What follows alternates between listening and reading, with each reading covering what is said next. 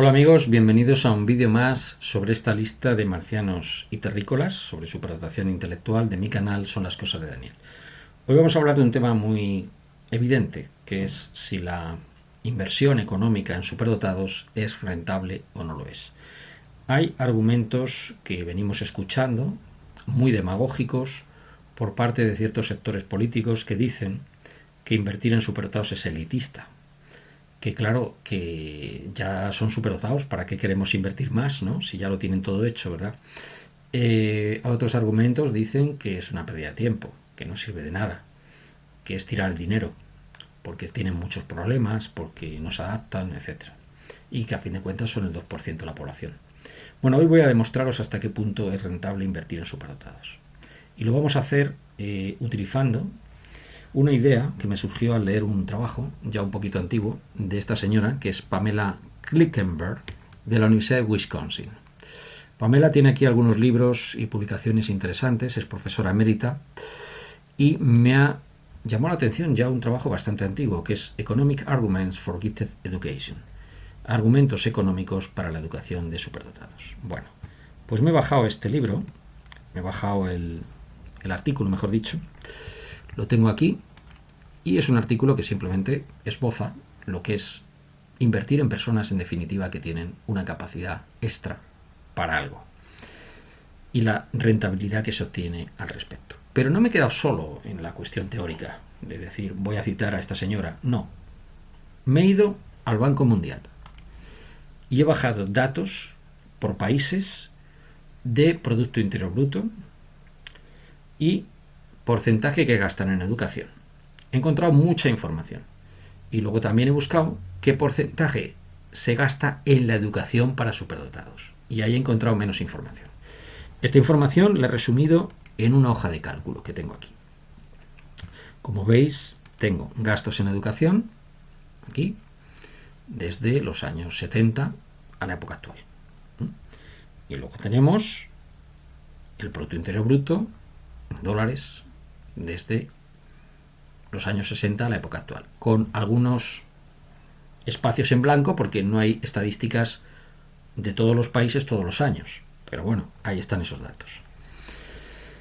Así que lo primero que he hecho ha sido calcular la inversión en educación en dólares respecto a el Producto Interior Bruto en dólares.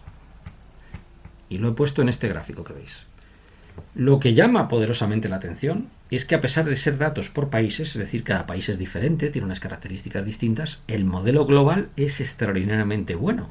Tiene un ajuste del 98%, un R cuadrado de 0,98. Y tiene una pendiente de 26, lo cual significa que por cada dólar que invertimos en educación obtenemos 26 dólares en Producto Interior Bruto, lo cual no está nada mal. Es decir, la rentabilidad. La educación es una de las esferas de mayor rentabilidad para la sociedad. Invertir en educación es altamente rentable. Este gráfico lo demuestra. Pero también podemos decir lo contrario. Podríamos decir que las personas, o países mejor dicho, que tienen más recursos en Producto Interior Bruto pueden invertir más en educación. Este argumento en el fondo no se sostiene porque si nos vamos a los datos de PIB podemos observar que, por ejemplo, las fluctuaciones de inversión, de gastos de educación quería decir, las fluctuaciones de inversión son muy típicas de cada país. Por ejemplo, Afganistán el año 71 invierte el 1,16% de su Producto Interior Bruto en educación y el año 82 el 1,73%. Hay países como Austria, por ejemplo, que invierten el 4,15% de su PIB en educación y vemos que esa tendencia se tiende a mantener, es decir, sube hasta el 6% y se tiende a mantener. Aquí hay algunos países que invierten muchísimo en educación. Vamos a ver por aquí. Hay un país que me ha llamado la atención, que es, Cuba. Sin cuestiones políticas, por favor. Cuba, son datos, invierte el año 80, el 8% del PIB en educación. Llega a tasas del 7, 8, incluso el 14 visto por ahí en algún momento. O sea, se trata de un país que invierte mucho en educación. En el caso de Cuba, vamos a ver, creo que estaba por aquí, me parece ver un 14 en algún momento. Sí, exactamente. un 14% en el año 2008 en educación, en Cuba. Hay otros países, aquí hay otro país que tiene una inversión del 7%, que es Dinamarca, que no está nada mal. España está invirtiendo entre el 1, 2, 3, 4, y se mantiene en 4, 4, 4, 4 y no sale del 4. Es decir, básicamente ese argumento que acabamos de ver, de decir, bueno, es que como tengo más, invierto más. En porcentaje no, se tiende a invertir relativamente estable. Es una cuestión más ligada a la política educativa de cada país. Por tanto, podríamos decir que este gráfico a nivel causal explica que más inversión en educación tiene un efecto importante en el Producto Interior Bruto. Bueno, pues vamos a ver ahora qué pasa con las personas de alta capacidad intelectual. Es decir, aquellos países que dan estadísticas sobre el porcentaje de dinero que dedican a la inversión en altas capacidades. Lo primero que llama la atención es que ya no tenemos una línea recta, señores. Ahora lo que tenemos es una curva exponencial. Pero quiero explicar una cosa de esta curva que es muy interesante. Si observáis la curva, al principio crece muy despacito, muy lenta, muy lenta, muy lenta, muy lenta.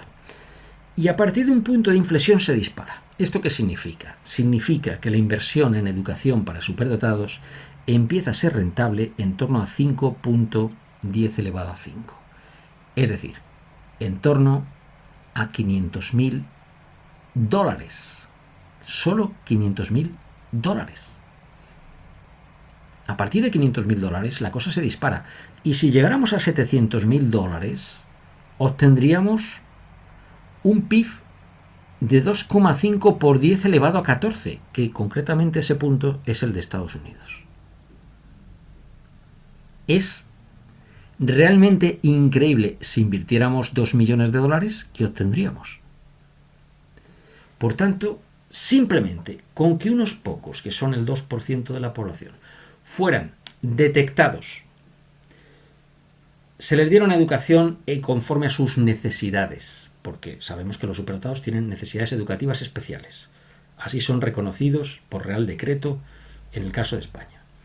Por tanto, si tuviéramos una inversión mayor en superdotados para detectarlos, para guiarlos desde pequeños, para evitar esos descoloques que tienen en la adolescencia o en la infancia, y les diéramos un trabajo que pudieran ejercer su labor, pues evidentemente la sociedad despegaría. Y eso es un bienestar para todos.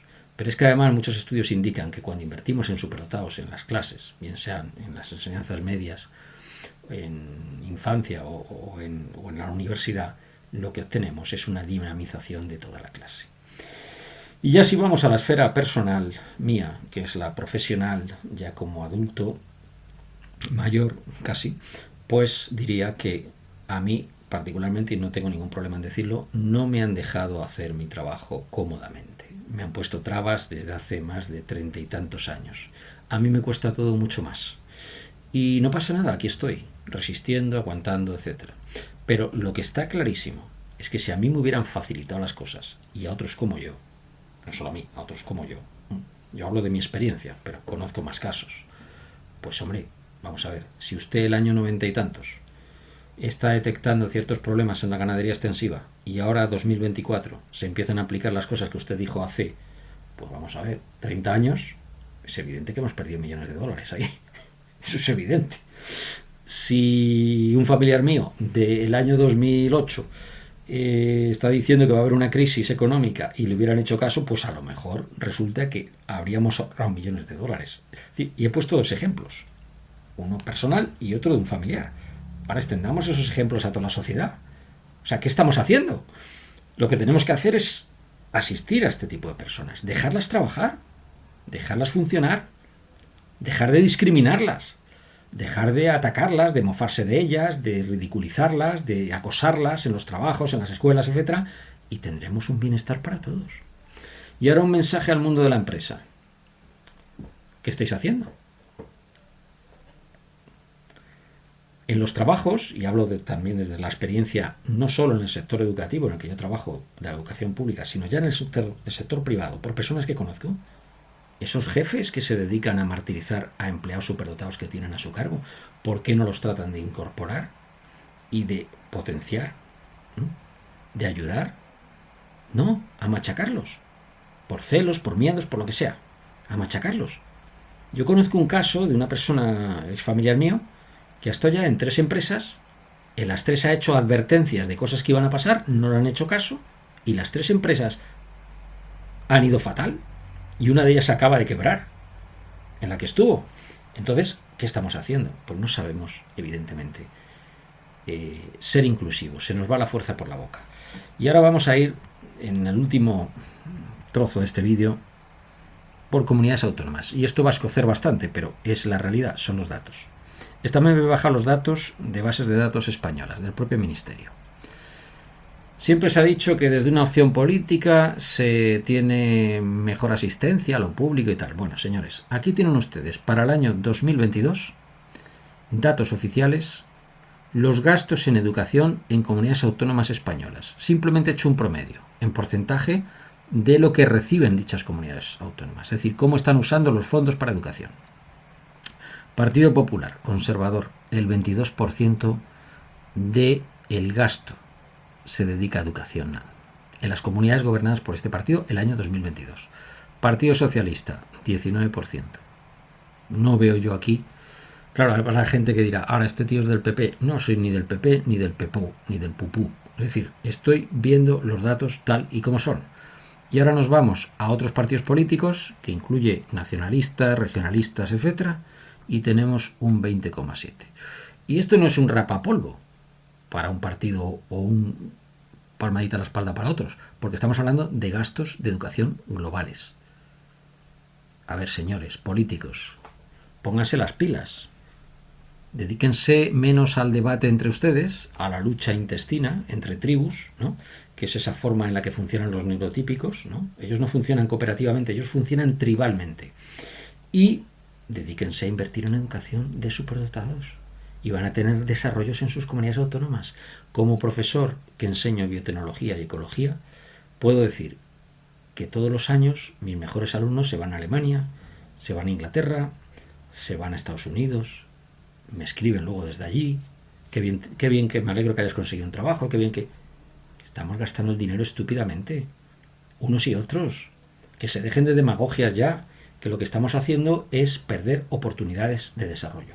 Lo que hay que hacer es detectar a los chavales superdotados en los colegios, en los institutos, en las universidades, ponerlos a trabajar y dejarse de propagandas, porque luego nos dicen, no, programa para la recuperación del talento. No se trata de recuperar el talento, se trata de evitar que se vaya. Y sobre todo, el hecho de que traigas a 5 personas de talento no justifica los cientos que se van. Así que se dejen ya de demagogias. Si la cosa es muy simple, detección precoz, asistencia en clase y orientadores con conocimiento psicológico, que esta es otra cuestión, porque yo cuando he tenido alumnos superdotados, resulta que yo sí los atiendo extraoficialmente y luego hay gente que se supone que son tutores y no tienen ni idea de cómo atenderlos. Entonces, vamos de una santa vez a trabajar o vamos a seguir poniéndonos de perfil y haciendo demagogia con este tema. Bueno, nada más.